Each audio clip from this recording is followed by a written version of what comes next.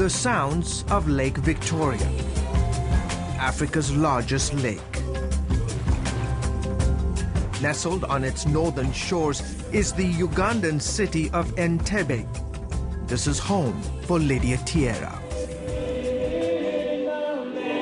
Lydia's father was a well-known Christian leader in Uganda, but he'd been living a double life.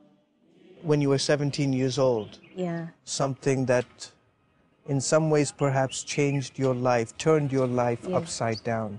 Yeah, Daddy died of AIDS. He died of AIDS after a long illness that we hadn't even known about. Do you know how he got AIDS? Oh yeah, later on we got to know he had an affair. But no one knew he was dying of AIDS. He had kept it a secret. Did you feel angry? Yeah, I was angry. I was angry. Angry at God, angry at your father? My father and God and everything, you know. To me, I looked at him as someone who should have been a perfect person because he gave me really a perfect picture of who he was. A year later, her mother also died of AIDS. I was asking God, I asked God, why did this have to happen, you know? But Lydia was not alone. An estimated 1.2 million children in Uganda have lost one or both parents to AIDS.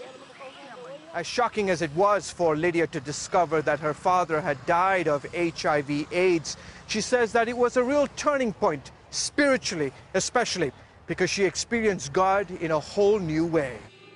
God is here to heal and reconstruct and put together broken lives. A close family friend decided to foster Lydia.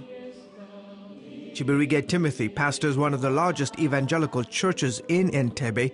Soon after the death of Lydia's parents, he and his wife made a commitment to love and care for her. We invested our time and money and everything in Lydia as pastors. An act of kindness that Lydia says started her on a journey of healing and restoration. That was a turning point for me at that time. Lydia spent the next several years allowing the scriptures to speak into her broken life. She soon discovered that, like her father, she too was a sinner, saved by the grace of God. I began looking at my father in a very different way. But I wished he was around to just tell him, Dad, I'm very sorry, and I understand. Do you still carry that unforgiveness? Oh, no. That bitterness? No. That anger? What happened? The bitterness began to go away and the anger, because I realized I'm not any different from him, because now I know I'm forgiven. I'm a sinner. I need Christ just like you needed him. Soon after finishing university, Lydia joined Wycliffe, one of the largest Bible translation groups in the world. With the blessing of her foster parents and church, she became Wycliffe's first Ugandan missionary. I'm saved and I've known his love. So we've been called to pass on the love, to pass on the message he's given us to other people. There's no exception. So now she travels around her country, helping to translate the Word of God into native languages and ministering hope to people living with AIDS. But it is not without its challenges.